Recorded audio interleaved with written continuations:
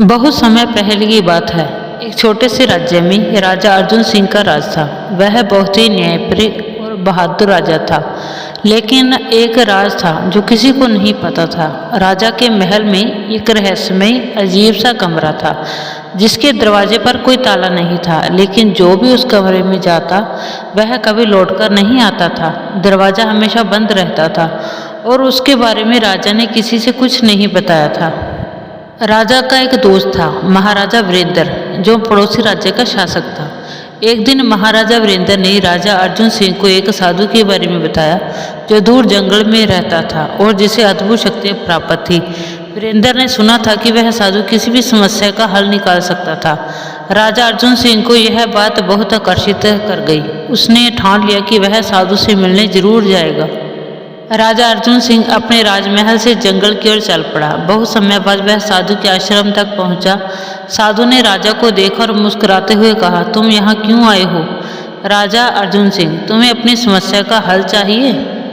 राजा ने कहा, मुझे एक रहस्य सुलझाना है। साधु बाबा, मेरे महल में एक रहस्यमय कमरा है जहाँ से कोई नहीं लौटता। मुझे यह जानना है कि उसके अंदर क्या है। साधु ने राजा की पूरी बात सुनी और फिर एक पल के लिए चुप रहे। फिर उन्होंने कहा, राजा अर्जुन, उस कमरे में जो भी है वह किसी भी इंसान के लिए नहीं, लेकिन अगर तुम चाहो तो मैं तुम्हारी मदद कर सकता हूँ। राजा ने कहा, मैं किसी भी कीमत पर उस रहस्य को जानना चाहता हूँ।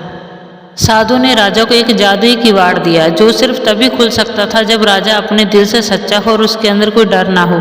साधु ने कहा, यह किवाड़ तुम्हें उस कमरे तक ले जाएगा, लेकिन याद रखना, जब तुम उस दरवाजे को खोलोगे तो जो भी सामने आए वह तुम्हारी सबसे बड़ी परीक्षा होगी। और राजा अर्जुन सिंह महल लौट गया।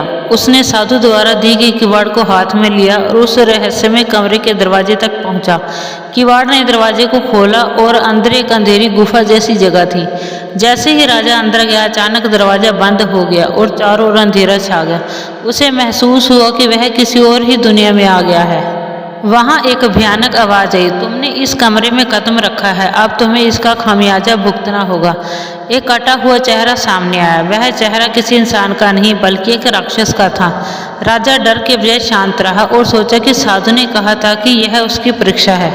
राजा ने गहरी सांस ली और उस राक्षस से कहा, मैं बिना किसी डर के यहाँ आया हूँ, तुम मुझे नहीं हरा सकते।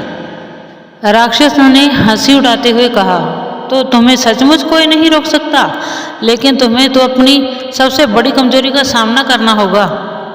तो अचानक राजा को अपनी पुरानी यादें याद आ गई। जब उसने किसी को धोखा दिया था और गलत निर्णय लिए थे, वह पल उसके लिए सबसे बड़ा दर्द था। राजा को समझ में आ गया कि वह केवल अपनी गलतियों को स्वीकार कर सकता है और उनसे सीख सकता है। उसने राक्षस से कहा, तुम मेरे अतीत का डर नहीं बना सकते। मैं अपने पापों को स्वीकार करता हूँ और उन्हें सुधारने का प्रयास करूँगा।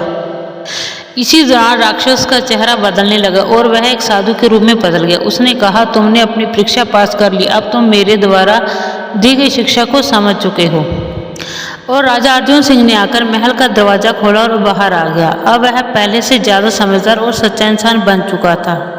इस घटना के बाद राजा ने अपने राज्य में और आसपास के क्षेत्रों में बहुत बदलाव किए। वह हमेशा लोगों के साथ सच्चाई और न्याय से व्यवहार करता था। महाराजा वीरेंद्र को भी जब इसका पता चला तो उसने कहा, राजा अर्जुन सिंह, तुमने तो अपने राज्य को भी महान बना दिया और अब तुम सच्चाई और अच्छाई के प्रतीक बन गए हो। साधु की जादुई शक्तियाँ और रहस्यमयी कमरों की घटना ने सबको यह सिखाया कि सबसे बड़ी ताकत अपने डर और गलतियों का सामना करने में होती है। और राजा अर्जुन सिंह का राज्य अब एक आदर्श राज्य बन गया। तो दोस्तों, हमें इस कहानी से यही शिक्षा मिलती है कि सच्चाई, साहस और अपने डर का सामना करने से हमें किसी भी कठिनाई को पार कर सकते हैं। हमें इनका सामना डटकर करना चाहिए। मिलते हैं किसी नई कहानी के साथ। धन्यवाद।